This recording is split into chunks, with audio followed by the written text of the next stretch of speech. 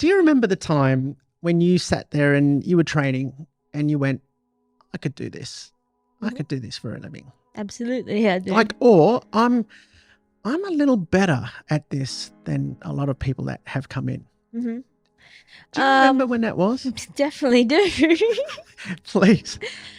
I will tell you that the time that I walked into a boxing gym and I was going in, my friend had asked me, women generally like a partner to go, oh, can you come try this with me? You know, it's like a confidence thing that we can do together. And I was like, yeah, okay, cool. We'll go to the gym. And it was a morning fitness class for kickboxing. Just women, and mostly the mums from school were there. So it was predominantly women. And I got on there, I was like, wow, yeah, cool. This is awesome. But at that time, I was actually going through separation with my ex-husband.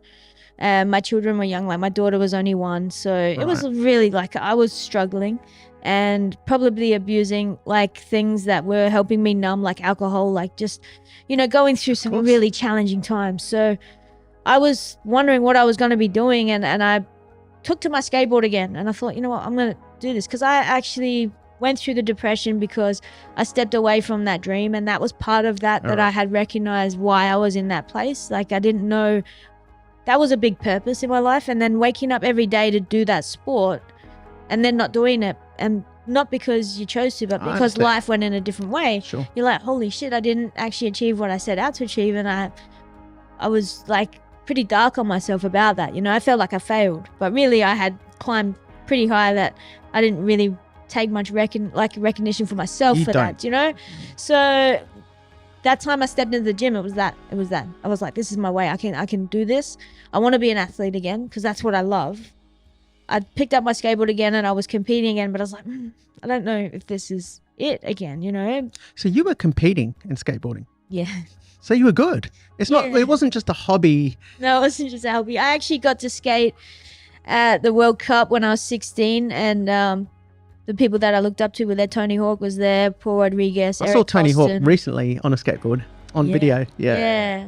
So pretty much that skate competition for me, I was 16, was huge. It was massive. It was like Globe World Cup in Melbourne, but all of the pros had come out for that show. And the house was full of everybody you could think of, that if you were a skateboarder and you love skateboarding, everybody that you would have ever wanted to see skate in the flesh was there, you know. And I was competing under the same arena as them, and being able to talk to Rodney Mullen and, you know, have conversations with these guys and get to meet them and hang out with them. But I was pretty focused on what I needed to do. So you weren't just this other kid down the skate park. No. But the way you were talking before, you know, and it wasn't until you just said, oh, you know, when I competed. Yeah. Okay. So no wonder why it hit you pretty hard. Yeah. Yeah. And that sort of fueled, look, I've heard that from every athlete that's come on. Yeah. There's reasons why that happened, because you wouldn't be here today. Well, I wouldn't be a boxing world champion. That's you know what I mean? Like, so the hardships, we look back and go, oh, thank you for those, because the lessons that we learn, and then realizing, like, you're young, you go through those times of having self-awareness. Like, we're not taught that stuff at school, so we have to learn that stuff through living. Do you know what I mean? Yeah. Which we still are every single day, but to look back and go, wow, you know, because I got to skateboard in America and in different competitions. I was sponsored by Element Skateboards. Like, it was really, I was living the dream. I was living the dream. You know, I didn't hit where I wanted to personally hit. So what happened? Was it because of like you going through a divorce and things like that? Because you said my skateboarding, or because you said you were sort of still skateboarding. Yeah, so I guess I had a few injuries, and then thought I'll get a job. Because I was skating. Yeah, I know. What was I thinking? Well, that's enough to make anyone depressed.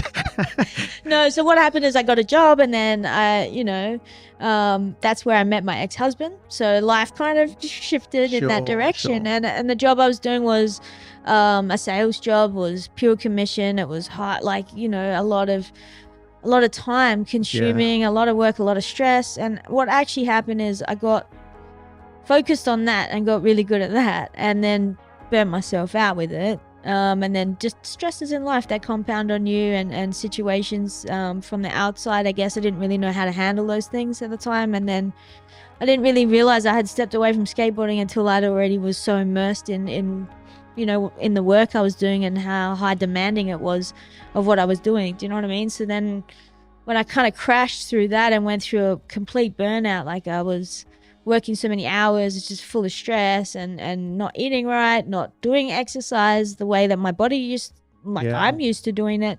That's when it kind of hit me, and I suffered from insomnia, and then that led to one thing to another, and it just compounded on me terribly. And then that's when I was reflecting about skateboarding, and all these different options in life were coming up, and I was like, oh, I don't know how to even make a decision right now, because I'm not in the mind frame to even do that.